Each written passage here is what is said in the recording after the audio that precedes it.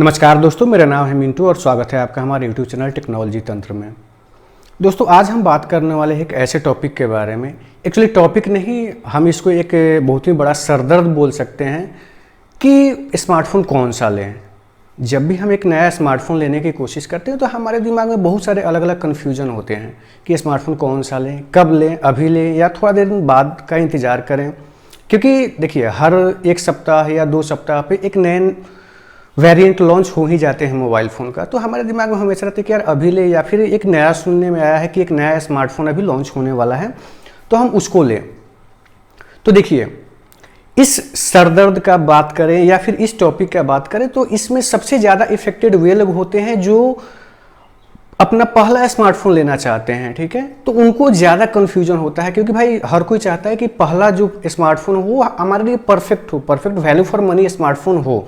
ठीक है, और जो अपग्रेड करना चाहते हैं उनके दिमाग में भी कहीं ना कहीं बहुत सारे कन्फ्यूजन्स होते हैं कि भाई अभी जो एग्जिस्टिंग मोबाइल यूज़ कर रहे हैं उससे कैसे हम सुपीरियर मोबाइल फ़ोन लें, क्योंकि जो एग्जिस्टिंग मोबाइल है या तो बहुत अच्छा यूज में रहा या फिर बहुत ही उसके साथ में एक्सपीरियंस बैड रहा। तो जिसका अच्छा रहा वो सोचते हैं कि जो नया स्मार्टफोन ले उसका एक्सपीरियंस और भी इससे अच्छा हो, या फिर जिसका बैड एक्सपीरियंस रहा उनके लिए तो और भी ज़्यादा सर दर्द है कि भाई एक तो ऑलरेडी झेल चुका कुछ दिनों तक बैड एक्सपीरियंस, तो अब जो नया मैं ले रहा हूँ कहीं ना कहीं उसके साथ में ये मेरा बैड एक्सपीरियंस नहीं रहे। तो देखिए, जब हम नया स्मार्टफोन खरीदने की प्लानिंग करते हैं तो कहीं ना कहीं हम क्या करते हैं, हम गूगल पे सर्च करते हैं या फिर यूट्यूब पे सर्च करते हैं the best mobile phone under 10K, 20K, 30K, जितना हमारा बजट होता है उस हिसाब से हम गूगल पे सर्च करते हैं या यूट्यूब पे सर्च करते हैं, अलग अलग वीडियो देखते हैं, अलग अलग वेबसाइट पे विजिट करते हैं। ठीक है, वहाँ पे जो होता है बहुत सारे यूट्यूबर्स हैं या बहुत सारे टेक रिव्यूअर्स हैं जो कि अलग अलग सेगमेंट बनाकर जो है हमारे कन्फ्यूजन को दूर करने की कोशिश करते हैं। बट बहुत सारे सिनेरियो में ऐसा देखा गया है कि बहुत सारे वीडियोज़ देखने के बाद, बहुत सारे वेबसाइट पर सर्च करने के बाद भी सर्टेन पॉइंट पे नहीं पहुंच पाते हैं कि हाँ हमें स्मार्टफोन लेना है तो कौन सा लेना है। देखिए, कन्फ्यूजन क्यों होता है और कैसे आप जो होता है किन किन पॉइंटों को ध्यान में रखते हुए आप अपने लिए एक परफेक्ट स्मार्टफोन खरीद सकते हैं, आज के वीडियो में हम इसी के बारे में बात करने वाले हैं।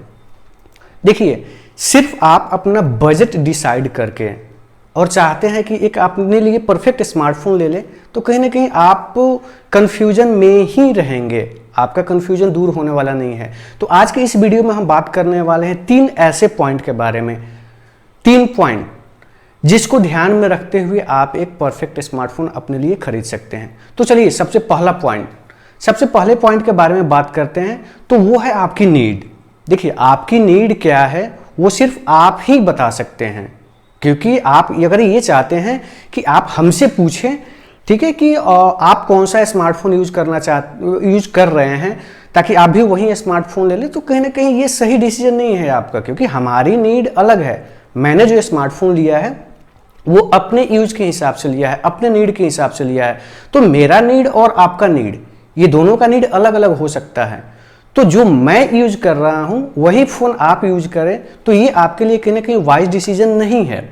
तो सबसे पहले आप अपने नीड को जस्टिफाई कीजिए, अपने नीड को पहचानिए कि आपकी नीड क्या है, और अकॉर्डिंग टू योर नीड आप अपना स्मार्टफोन परचेज करने की प्लानिंग कीजिए। देखिए, स्मार्टफोन को हम नॉर्मली 4-5 कैटेगरी में बांट सकते हैं। ठीक है, और आपको यही देखना है कि इस 5 कैटेगरी में आप किस कैटेगरी में फिट हो रहे हैं। तो मोटा मोटी हम बात करते हैं इन कैटेगरीज के बारे में। देखिए, सबसे पहला कैटेगरी आता है और मैक्सिमम 70 to 80% लोग इसी कैटेगरी में बिलोंग करते हैं, वो सर्च करते हैं एक बैलेंस फोन की। देखिए, आपकी नीड क्या है ये तो आप जानते हैं, लेकिन देखिए मैक्सिमम लोग जो होते हैं वो स्मार्टफोन से कुछ काम करना चाहते हैं, जैसे कि ऑडियो या वीडियो कॉल करना, या फिर कुछ सोशल मीडिया प्लेटफॉर्म यूज़ करना like Facebook and WhatsApp use करना। ठीक है, या फिर आप फ्री टाइम में यूट्यूब पे कुछ वीडियो देखना चाहते हैं, या फिर अलग अलग मूवी देखना चाहते हैं, या फिर उससे भी ज़्यादा अगर फ्री टाइम है तो आप छोटे मोटे कोई गेम खेलना चाहते हैं, लाइक मैं बात करूँ कैरम, लूडो, या फिर प्लेइंग कार्ड्स वगैरह के जो गेम आते हैं, या फिर कैंडी क्रश या टेम्पल रन 2 वगैरह जो कि लो ग्राफिक्स वाले गेम होते हैं। ठीक है, तो मैक्सिमम नीड आपका इन्हीं सब चीज़ों में होता है।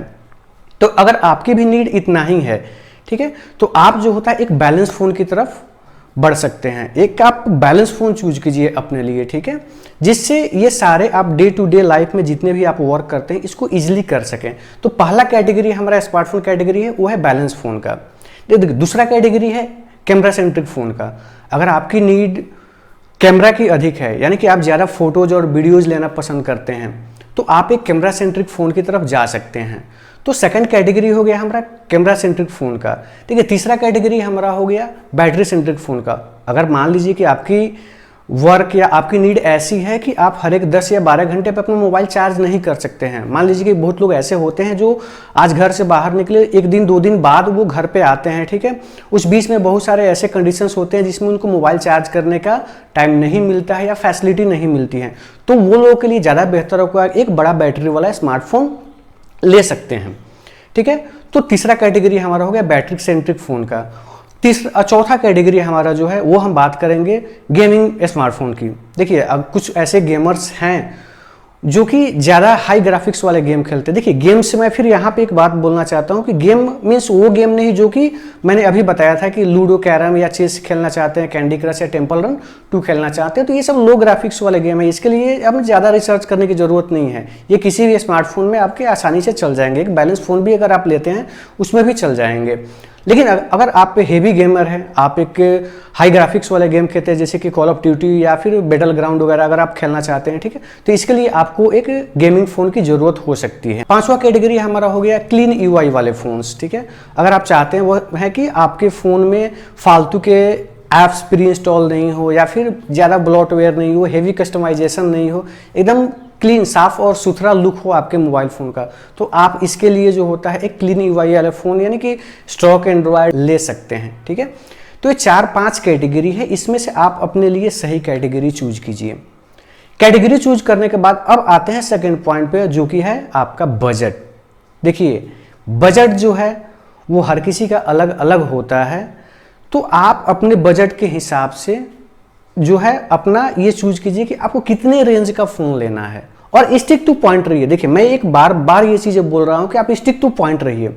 जैसे मान लीजिए कि अभी आपने इनिशियली अपना मूड बनाया कि चलिए मुझे 10,000 का स्मार्टफोन लेना है, आपने अलग अलग वेबसाइट पर सर्च किया, आपको पता चले यार मैं 2,000 रुपये और अधिक खर्च करता तो शायद ये वाला फ़ोन जो है हमको अच्छा मिल जाएगा, इसका थोड़ा सा जो स्पेक्स है वो अच्छा दिख रहा है।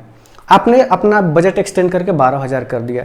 अब 12,000 पे आपने सर्च करना शुरू किया, पता चला कि फिर आपने बोला नहीं यार 15,000 वाले तो थोड़ा ज़्यादा लग रहा है, ठीक है, मैं कहीं ना 15,000 पे चलता हूँ। तो देखिए ऐसे अगर आप अपने बजट को एक्सटेंड करते रहेंगे तो आपका कन्फ्यूजन कभी ख़त्म नहीं होगा, क्योंकि आजकल कंपटीशन इतना तगड़ा है कि हर एक 500 के रेंज में जो होता है, हर एक 500 अगर आप अपना बजट बढ़ाते हैं तो उसमें कहीं ना कहीं एक नया स्मार्टफोन आ जाएगा जिसका स्पेक्स जो आप 10 जैसे मान लीजिए 10,000 है तो 10,000 का स्पेक्स और 10,500 या 11,000 का जो स्पेक्स है उसमें थोड़े मोड़े अंतर होते हैं, ठीक है। तो देखिए ये अंतर थोड़े मोड़े होते हैं और ये ऑन द पेपर होते हैं। अगर आप डे टू डे लाइफ में यूज करेंगे तो इसमें कोई ज़्यादा ड्रामेटिकली चेंज आपको देखने को नहीं मिलेगा, ये सिर्फ पेपर पे ही आपको चेंज देखने को मिलता है, ठीक है। तो उसके लिए ज़्यादा कंफ्यूज होने की जरूरत नहीं है, आप स्टिक टू पॉइंट रहिए कि आपको अगर 10,000 का फ़ोन लेना है मीन्स 10,000 का लेना है। हाँ 100-200 आगे पीछे हो सकता है, ठीक है, बट ये नहीं कि 10,000 का मतलब चलिए 12,000 कर देते हैं, 15,000 कर देते हैं, 20,000 कर देते हैं, क्योंकि जब ऐसे कीजिएगा तो फिर भाई आपके लिए कभी भी ये संभव नहीं है कि आप अपने आप को सेटिस्फाई कर सके कि हाँ मेरा मोबाइल फ़ोन जो मैंने लिया है वो हमारे लिए सही है। तो बजट पे आप स्टिक रहिए कि मुझे अगर 10,000 का लेना है तो ठीक है 10,000 का ही, मुझे अगर 20,000 का लेना है तो 20,000 का ही। तो पहला था आप अपने लिए कैटेगरी चूज कीजिए, उसके बाद आता है बजट। अब देखिए तीसरी चीज आती है ब्रांड इंपॉर्टेंस। अब आप बोलिएगा भाई ब्रांड इंपॉर्टेंस क्या होता है। देखिए ब्रांड इंपॉर्टेंस का सेंस मेरे हिसाब से ये है कि देखिए आप जो भी स्मार्टफोन लेना चाहते हैं तो जाहिर सी बात है कि ठीक है आपने अपना कैटेगरी चूज कर लिया, अपने बजट चूज कर लिया, लेकिन किसी न किसी कंपनी का तो स्मार्टफोन लेंगे। आप सैमसंग का लेंगे, रियलमी, ओप्पो, वीवो, शाओमी, किसी का तो स्मार्टफोन लेंगे। तो इसमें से किस कंपनी का स्मार्टफोन की तरफ आप जा सकते हैं। देखिए सारे कंपनियों का स्मार्टफोन सही होता है, ठीक है, बट ब्रांड इंपॉर्टेंस में हम ये बात करना चाहते हैं कि आप जो स्मार्टफोन लेना चाहते हैं, जिस कंपनी का स्मार्टफोन लेना चाहते हैं, उसका लोकल सर्विस सेंटर आपके नियर बाई टाउन में है या नहीं है। देखिए इसमें वे लोग जो कि मेट्रो सिटीज से देख रहे हैं, बड़े बड़े सिटीज से देख रहे हैं, उनके लिए ब्रांड इंपॉर्टेंस ज़्यादा मायने नहीं रखता है, क्योंकि वहाँ पे लगभग हर कंपनियों का सर्विस सेंटर होता है। बट वैसे लोग जो रिमोट एरियाज में रहते हैं या छोटे टाउन में रहते हैं, वहाँ पे हर कंपनियों का सर्विस सेंटर नहीं होता है। तो वहाँ के लोगों को सबसे पहला प्रायोरिटी ये देना चाहिए कि उनके लोकल में ऑथोराइज सर्विस सेंटर किस कंपनी का है। जिस कंपनी का भी ऑथोराइज सर्विस सेंटर हो, उसी कंपनी का फ़ोन वो ले सकते हैं। इसके पीछे देखिए लॉजिक क्या है, मैं आपको बताता हूँ। देखिए मैं बार बार ऑथोराइज इसलिए बोल रहा हूँ क्योंकि बहुत सारे छोटे मोटे टाउन में होते क्या है कि कलेक्शन सेंटर, सर्विस सेंटर के नाम पे सिर्फ कलेक्शन सेंटर आता है। वो क्या करते हैं, आपके फ़ोन को कलेक्ट करेंगे, कलेक्ट करने के बाद में उसको ऑथोराइज सर्विस सेंटर में भेजेंगे, वहाँ पे आपके प्रॉब्लम का सॉल्यूशन होगा, फिर वहाँ से आपका फ़ोन आपके पास आएगा। तो उसमें लगभग 7 से 10 दिन लगता है, ठीक है।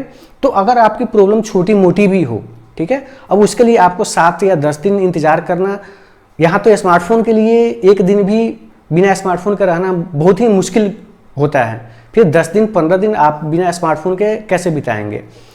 तो इसीलिए देखिए होता क्या है कि जैसे मान लीजिए कि स्मार्टफोन इलेक्ट्रॉनिक डिवाइस है और उसमें जैसे आप आज लेते हैं तो हो सकता है कि कुछ ना कुछ प्रॉब्लम अगर आ सकता है कि आज आपने मोबाइल लिया और उसमें जो होता है छोटे मोटे प्रॉब्लम आ गए, जैसे कि स्पीकर या फिर माइक खराब हो गया, ठीक है, जो कि बहुत छोटी मोटी प्रॉब्लम है, ठीक है।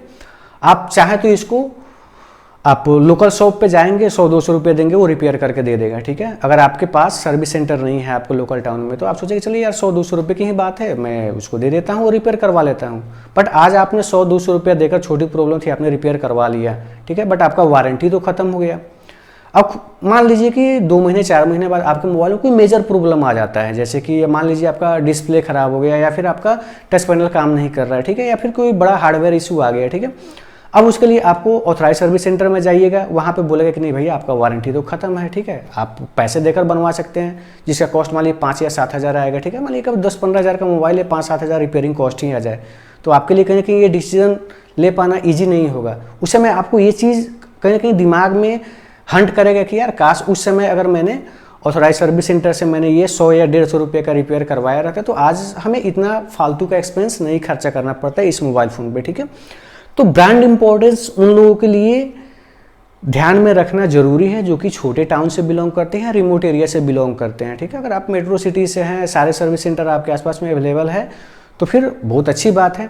बट अगर रिमोट एरिया से हैं तो ब्रांड इंपॉर्टेंस भी आपको ध्यान में रखना होगा। तो ये 3 चीज़ें हैं। पहला, आपकी नीड क्या है, नीड के हिसाब से आप किस कैटेगरी वाले स्मार्टफोन को परचेज करना चाहते हैं। दूसरा, आपका बजट, आप किस बजट सेगमेंट का फ़ोन परचेज करना चाहते हैं। और तीसरा, आपकी ब्रांड इंपॉर्टेंस क्या है, ठीक है।